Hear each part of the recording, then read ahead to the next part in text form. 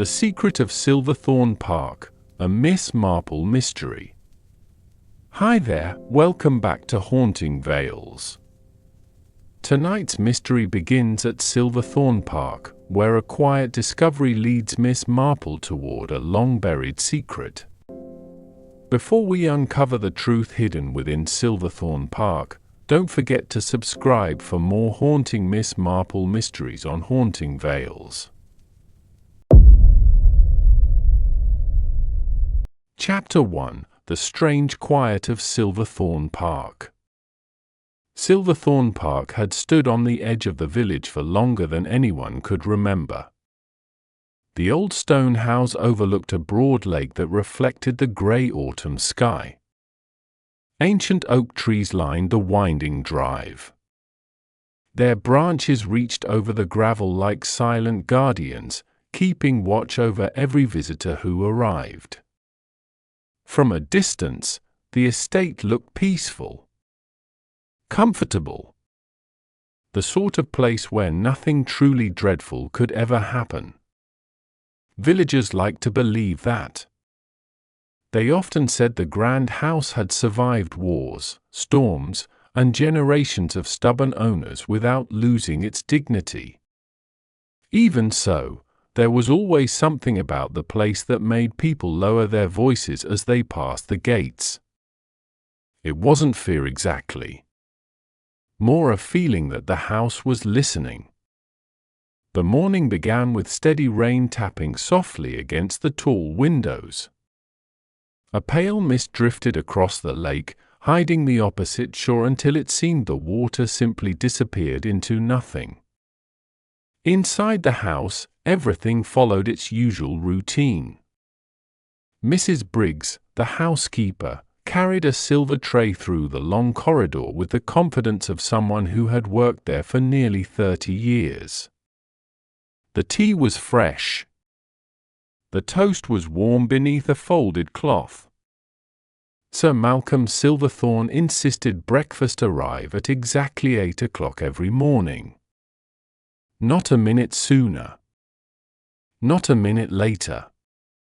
He believed discipline kept a household respectable, and nobody argued with him. There was little point. As she climbed the staircase, Mrs. Briggs noticed something unusual. The house was quieter than normal. No footsteps echoed from the upper hall. No fire crackled in the library. Even the old grandfather clock seemed louder than it should have been. Tick, tick, tick. The sound followed her all the way to the library door. She paused, balanced the tray carefully, and knocked twice. "Good morning, Sir Malcolm. Your breakfast is here." Nothing. She frowned. Perhaps he hadn't heard. She knocked again. Slightly louder this time. Still no reply. That wasn't like Sir Malcolm at all. He valued punctuality almost as much as privacy. If breakfast arrived late, he complained. If someone interrupted him, he complained even more. Silence simply wasn't part of the routine. Mrs. Briggs slowly turned the brass handle. The library door opened with a gentle creak. The tray slipped from her hands before she realized she had let go. Porcelain smashed across the polished wooden floor. Hot tea spread beneath the desk. The silver teapot rolled in a slow circle before finally coming to rest beside the fireplace. Sir Malcolm remained perfectly still. He sat in his favorite leather chair beside the cold hearth, one hand resting on the arm of the chair, the other lying across his lap. His eyes faced the rain-covered windows, but they saw nothing. A fountain pen rested near his fingers. On the desk beside him lay a single sheet of paper covered with neat handwriting. The final sentence ended halfway through a word, as though the writer had suddenly forgotten what came next.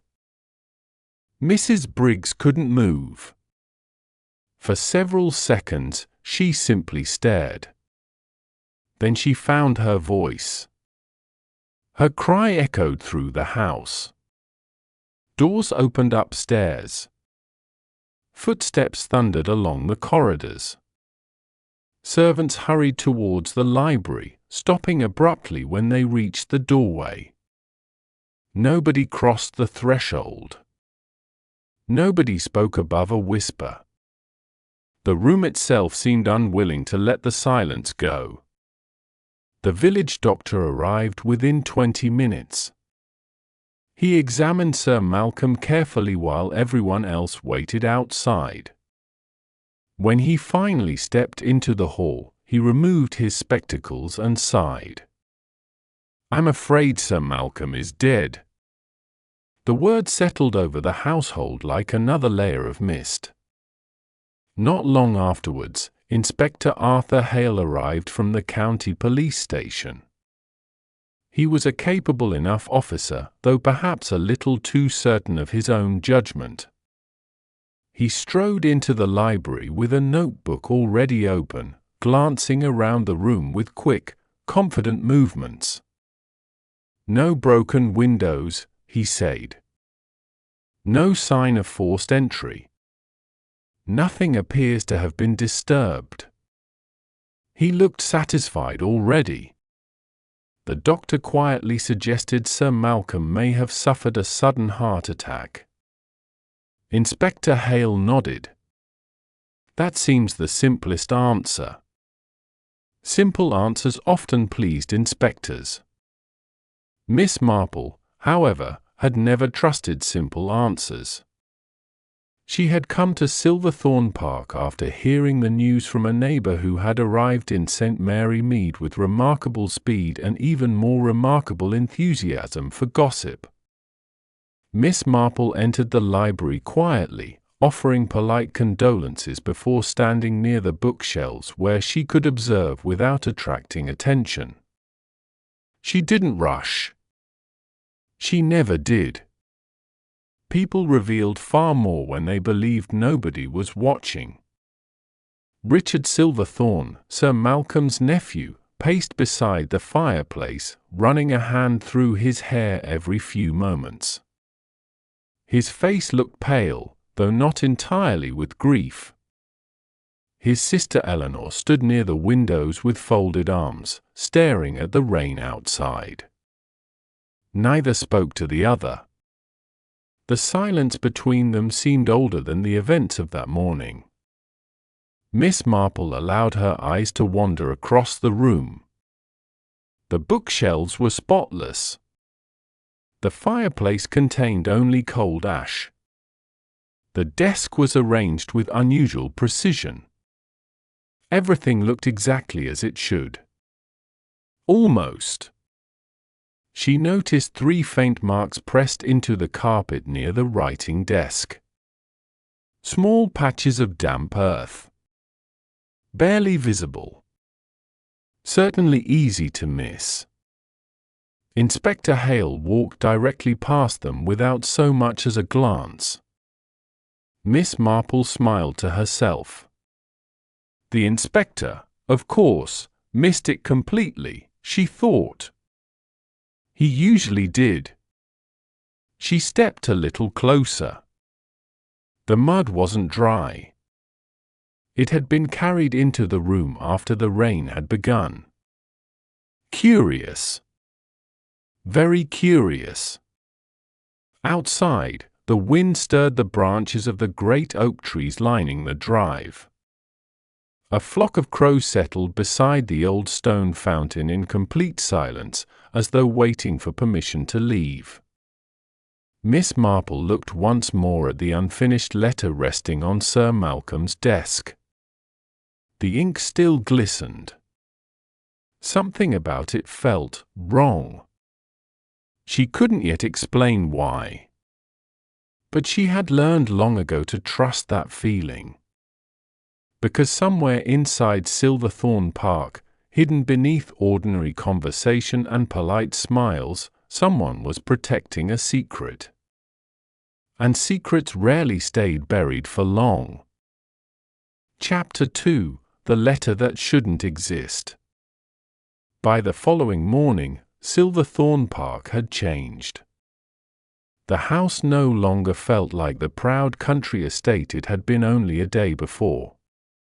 Every corridor carried uneasy whispers. Every servant walked more softly than usual, as though loud footsteps might disturb something far worse than silence. Outside, a cold drizzle drifted across the gardens, wrapping the old manor in a blanket of grey mist. Even the lake seemed darker now, its still surface broken only by gentle circles of falling rain. Inspector Hale had spent the entire morning searching the library. Books had been removed from their shelves. Cabinets had been opened. Drawers had been emptied one by one. Yet every passing hour seemed to leave him with fewer answers than before. He remained convinced that Sir Malcolm had suffered a sudden heart attack while writing at his desk. There were no signs of a struggle. No broken locks. No missing valuables. To the inspector, everything pointed towards a natural death. He was already speaking with the confidence of a man preparing to close the investigation. Miss Marple, however, had seen too many quiet villages hiding dangerous secrets to believe in easy answers. Her attention returned to the unfinished letter resting on Sir Malcolm's desk. It had remained untouched since the previous morning, carefully protected as evidence. She lifted it gently and began reading every line once again. The opening paragraphs were written with Sir Malcolm's usual steady hand. Every letter was neat. Every word perfectly spaced. Then, halfway through the page, the writing changed. Only slightly. The letters became tighter. The strokes looked slower, almost hesitant. It was the sort of difference most people would never notice, but handwriting often revealed far more than people intended. Miss Marple held the page towards the light for another moment before quietly placing it back on the desk. Inspector Hale looked across the room with mild curiosity. "Have you found something, Miss Marple?" he asked. "Only something rather odd," she replied. "What do you mean?" She smiled politely. "The beginning of this letter belongs to Sir Malcolm. I'm no longer certain about the ending." The inspector frowned before shaking his head. "That's quite a claim." "Not really," Miss Marple answered calmly. "People can copy handwriting. They rarely copy habit." Inspector Hale gave a polite smile that suggested he wasn't convinced in the slightest. He returned to his notebook without another question. Miss Marple said nothing further. Experience had taught her that arguing too soon usually accomplished very little. A short while later, Richard Silverthorne entered the library carrying several leather-bound account books. He explained that the inspector had requested financial records concerning the estate. His voice remained calm, yet there was something strained beneath it, as though every sentence had been rehearsed before he spoke it aloud. While the inspector examined the books, Miss Marple quietly observed Richard from across the room. He never once glanced towards the writing desk. In fact, he seemed determined to avoid looking at the unfinished letter altogether. That interested her far more than anything he actually said. The silence was broken by Eleanor Silverthorne, who entered carrying a small wooden box filled with family papers and photographs. She placed it carefully upon a nearby table before looking directly at Richard. "Uncle Malcolm kept these locked away," she said. "Perhaps there's something inside worth reading." Richard's expression hardened for only a moment. "I doubt there's anything important." "Uncle rarely locked away things that weren't important," Eleanor replied.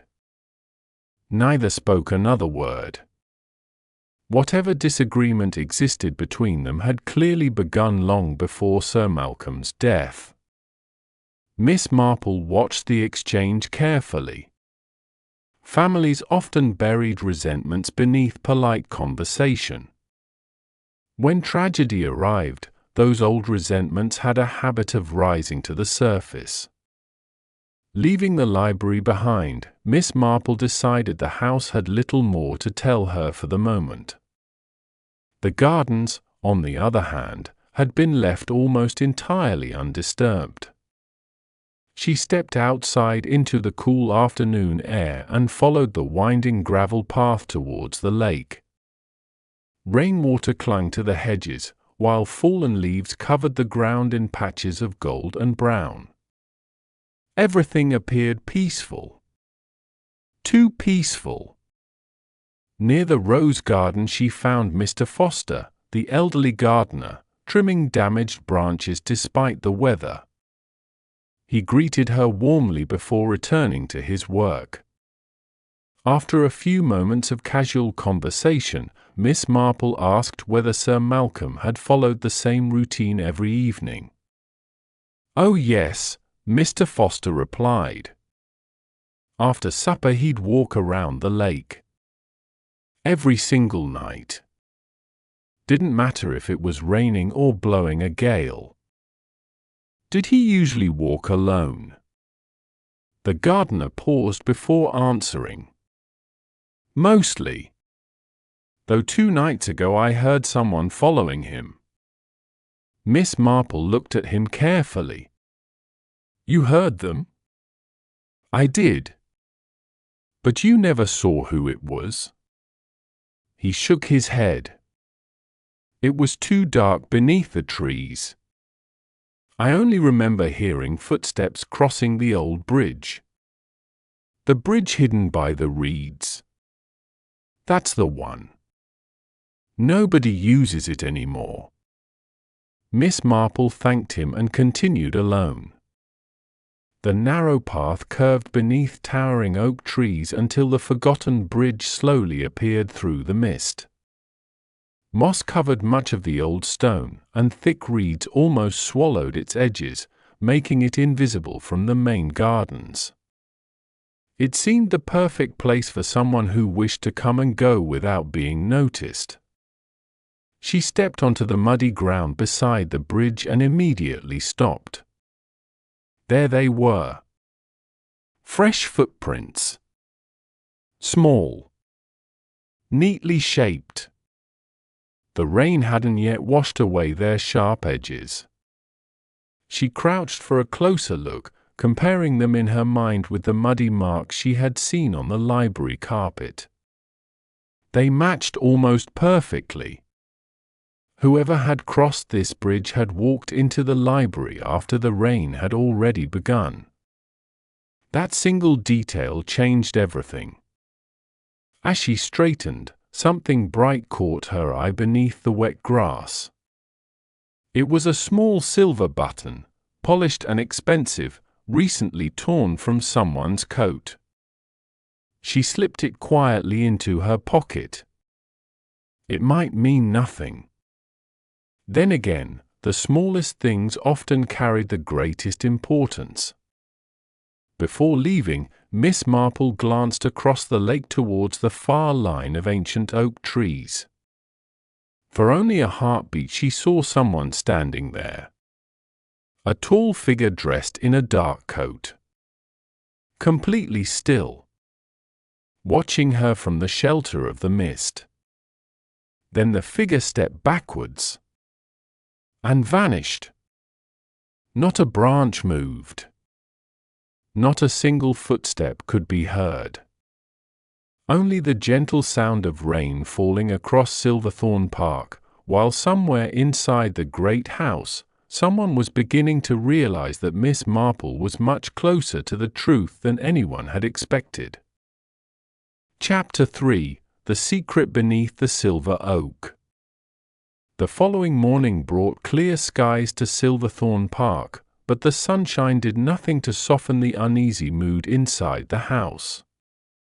The rain had washed the gravel paths clean, and the lake reflected the pale blue sky as though nothing terrible had happened there at all. Servants moved quietly through the corridors, speaking in whispers whenever they passed one another. Nobody laughed. Nobody lingered over breakfast. Every member of the household seemed to be waiting for Inspector Hale to announce that the mystery had finally been solved. The inspector himself appeared unusually confident.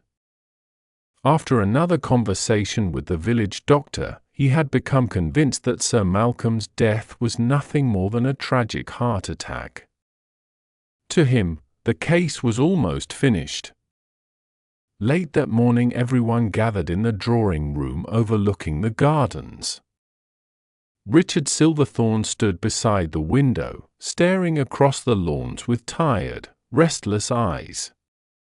Eleanor sat opposite him, her expression calm but guarded, as though years of family disagreements had taught her never to trust appearances. Mrs. Briggs folded her hands tightly in her lap, while Mr. Foster remained near the doorway, his weathered cap clasped respectfully before him. Inspector Hale stood beside the fireplace with his notebook tucked beneath his arm. Miss Marple quietly settled into a chair near the back of the room. She looked perfectly at ease, though anyone who knew her well would have recognized that thoughtful expression. It usually appeared only when she had already solved the puzzle and was waiting for everyone else to catch up. Inspector Hale cleared his throat before addressing the room. He explained that Sir Malcolm had died from natural causes and that no convincing evidence suggested anyone had deliberately caused his death. The muddy footprints, he believed, were nothing more than unfortunate distractions. The unfinished letter had little importance beyond showing what Sir Malcolm had been doing before he collapsed. He closed his notebook with a satisfied smile and thanked everyone for their patience during the investigation. For several seconds nobody spoke. The silence felt heavier than any of the inspector's conclusions. Miss Marple finally rose to her feet. She apologized politely for interrupting but admitted she could not allow the investigation to end quite so neatly. The inspector looked puzzled, though not irritated. He had already grown accustomed to Miss Marple noticing details that escaped everyone else. She walked slowly towards the writing desk where the unfinished letter still rested beneath a sheet of protective paper. Lifting it gently, she explained that Sir Malcolm had indeed suffered a heart attack, but that fact alone answered only one question. It explained how he died. It did not explain what happened afterwards. She drew everyone's attention to the final lines of the letter. The handwriting looked convincing at first glance, yet small differences appeared when examined carefully. Sir Malcolm had always written with smooth, confident strokes, leaving generous spaces between his words. The final paragraph looked hesitant, cramped, and oddly mechanical. Someone had copied his handwriting remarkably well, but they had failed to copy the habits that years of writing had made almost impossible to imitate. Miss Marple explained that handwriting, rather like conversation, carried tiny patterns unique to every individual. Those patterns rarely disappeared without reason. Richard shifted uneasily where he stood, though he said nothing. Miss Marple noticed his reaction but continued speaking in the same gentle voice. She reminded everyone about the muddy footprints discovered inside the library. Those marks had appeared after the morning rain began, proving that someone entered the room after Sir Malcolm had already collapsed. The inspector had assumed they belonged to a servant responding to the emergency, but the pattern told a different story. The footprints matched another set she had discovered beside the forgotten stone bridge hidden beneath the reeds at the edge of the lake. Whoever entered the library had avoided the main entrance altogether. They had chosen the oldest and least visible route onto the estate. Inspector Hale frowned as he listened. His confidence slowly began to fade. He admitted that he had dismissed the footprints because they seemed too small to matter.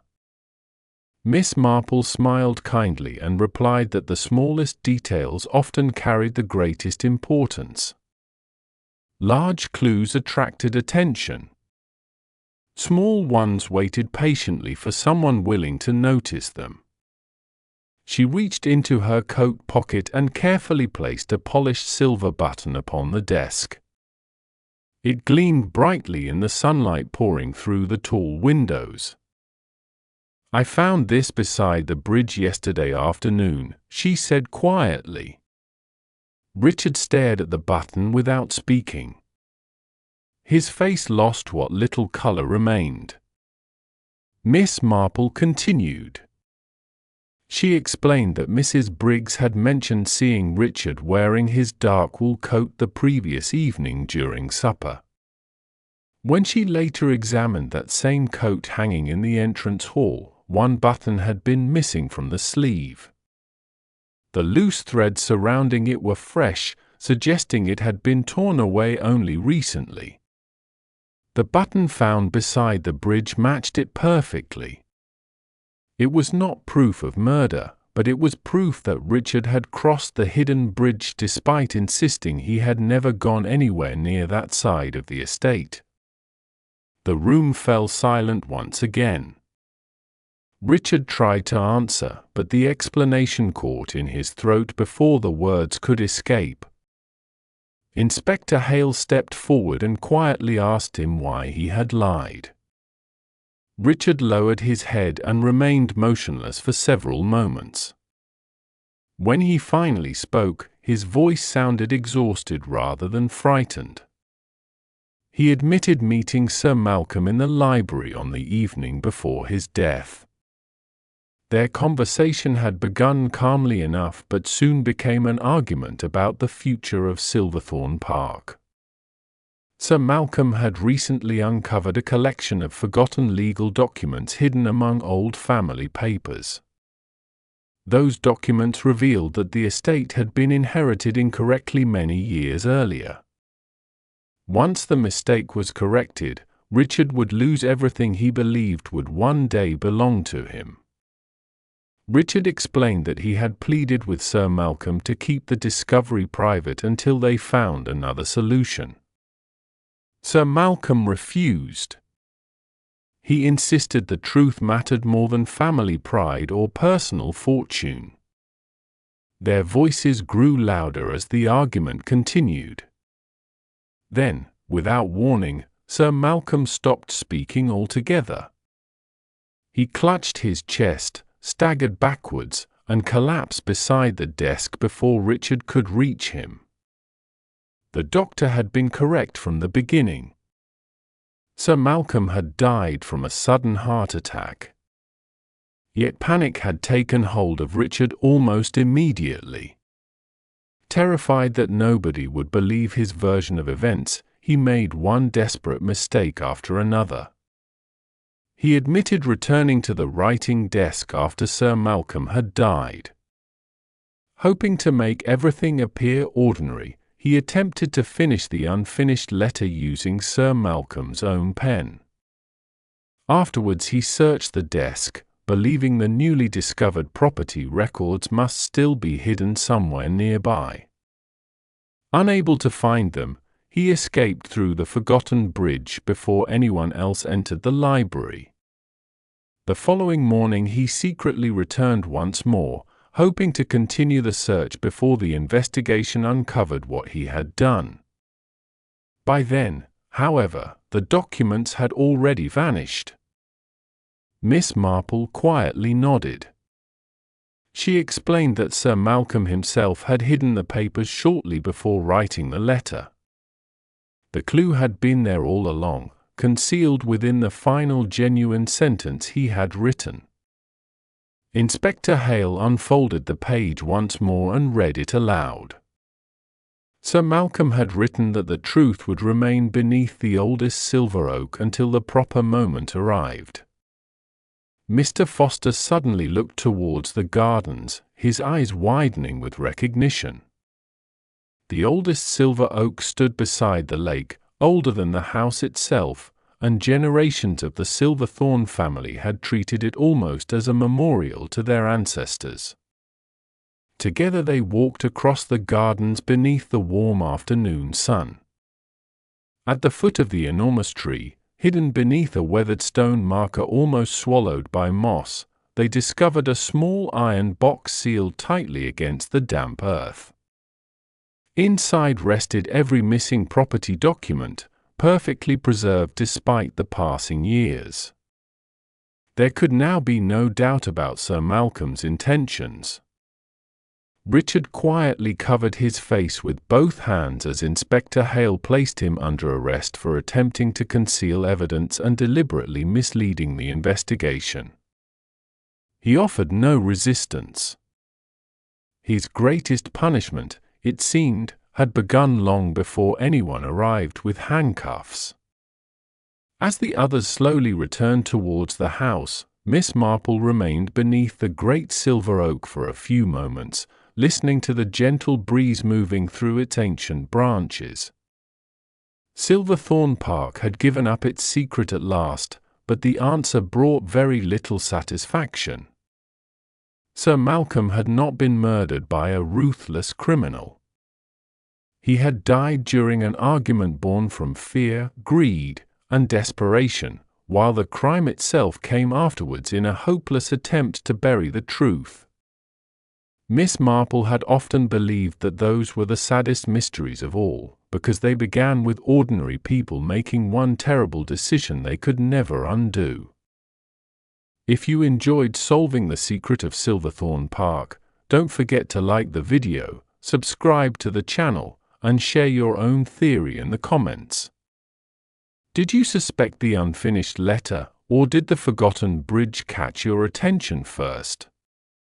Another quiet village is waiting just beyond the next country lane, and somewhere behind another grand old house, a fresh mystery is already beginning.